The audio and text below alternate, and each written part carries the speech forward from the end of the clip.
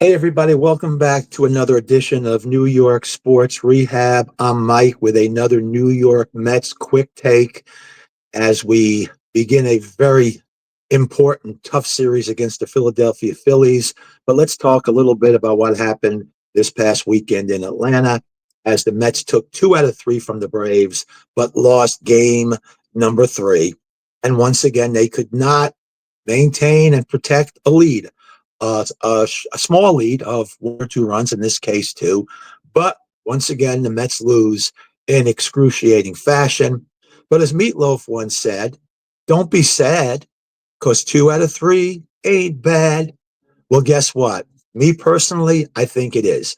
At this point in the season, we had the Braves on the ropes. We took them the first 2 games. We were in control of game 3. They got nothing to play for. You've got a 2-0 lead in the 7th inning. This is what this team is supposed to be built for, with this revamped super bullpen with Soto and Helsley and Rogers and Diaz and, right on down the line.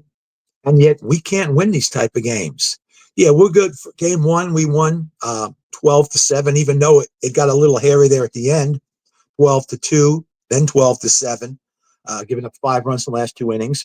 We coasted in a rare laugher on Saturday, 9-2. But I feel like those are the only kind of games we can win right now. I don't feel confident at all as far as our team winning a close game, either protecting a 1 or 2 run lead late, or God forbid, coming from behind or winning a tie game. And I got to tell you, once again, pessimistic me, and you Met fans can tell me if right now I'm more negative than I need to be, but negative me, pessimistic me felt like we had no chance of winning that game, even though it was 2-0.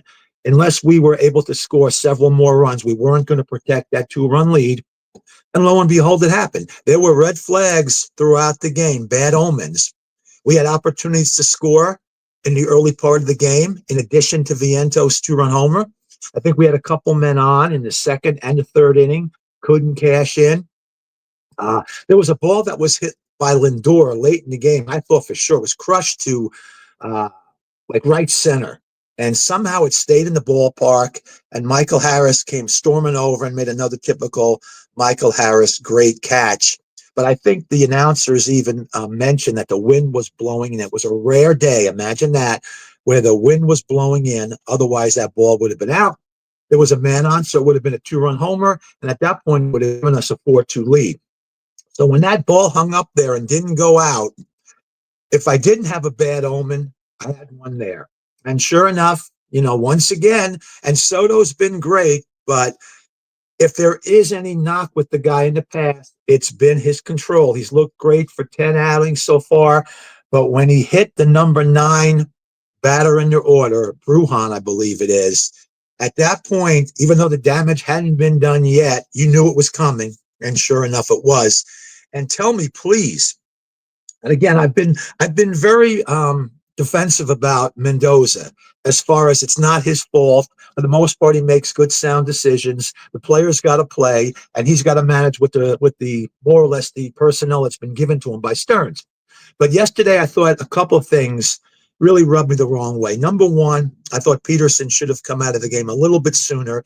If you've watched the Mets enough this year, you know when any starter gets to that point where they've lost it and they ain't getting it back.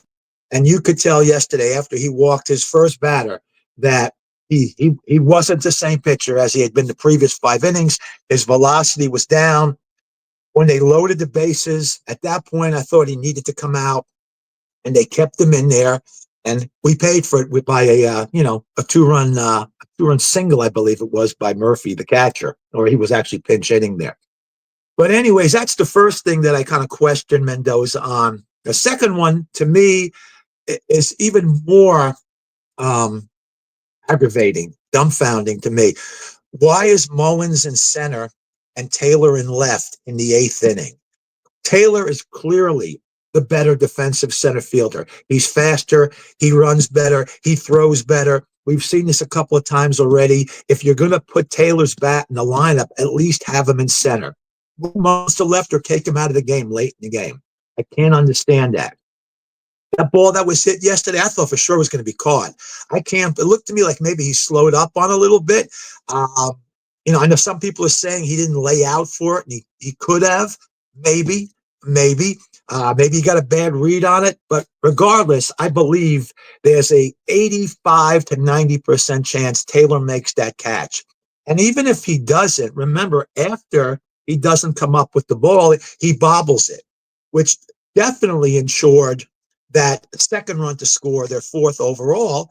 And if maybe he gets a playoff there, I mean, I don't know if he would have got him at the plate because he's shown to have a noodle arm so far, but it was fairly shallow. If he picks that ball up cleanly, maybe we're able to, get the runner out at the plate, their second run, and instead of being 4-2, it's 3-2. So a couple of decisions there that dumbfounded me to some extent. But, the Mets find a way to snatch defeat from the jaws of victory, and they've done it again. I mean, we've won the first two. This is a bad Braves team. Even though it's only 2-0, we're in control the entire game. And we've got this bullpen that is supposed to be the blueprint of winning these type of games. And once again, we come up short. And can you believe that the Mets have not won one game this year after trailing after 8 innings? And once again, it happened again yesterday. Of course, the Mets like to give us a little twist here and there and get us going. So they didn't go quietly in the ninth. They actually rallied, scored a run, and we had one out with a runner, I believe, on third, was it? And you got Alonso and McNeil coming up, and they both popped up to end the game. So it was there, and it makes a difference. We're 8 games over 500. You win that game, you're 10. You've swept the Braves. Finally, even though we still lose the season series, at least we go out on a strong note. We swept the Braves in their stadium. We maintain a 2.5 game lead on the Reds. I believe we would stay 6 backs in the Phillies. We're going into a kind of a last-ditch effort with any chance at all to catch the Phillies in this series starting tonight. And we can go in there feeling good and with all the momentum in the world. And instead, we lose another game in excruciating fashion, and we take 1 step forward and 2 steps back. And at this point in the season, 2 out of 3 is bad. There's only 32 games left. We have a really tough schedule. Other than the Nats and this series here, these might be the 2, at least on paper, easiest lousy teams we play. We got the Phillies twice. We've got the Tigers coming up. I think we might have the Brewers again. I'm not sure. We got the Reds. And, you got to take advantage of it. It was right there. You got a 2-0 lead in the 8th, and you're going to sweep a series in late August. 2 out of 3 is okay in April. 2 out of 3 would have been okay against the Braves back in June when we got swept. Okay, maybe even a couple of weeks ago or a week ago when we lost 2 out of 3 to the Braves at Citi Field. Not anymore.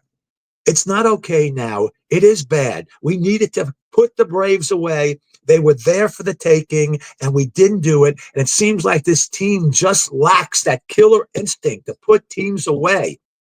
It just seems like every single time you're feeling good about, we're ready to get on a roll, the Mets give us a setback.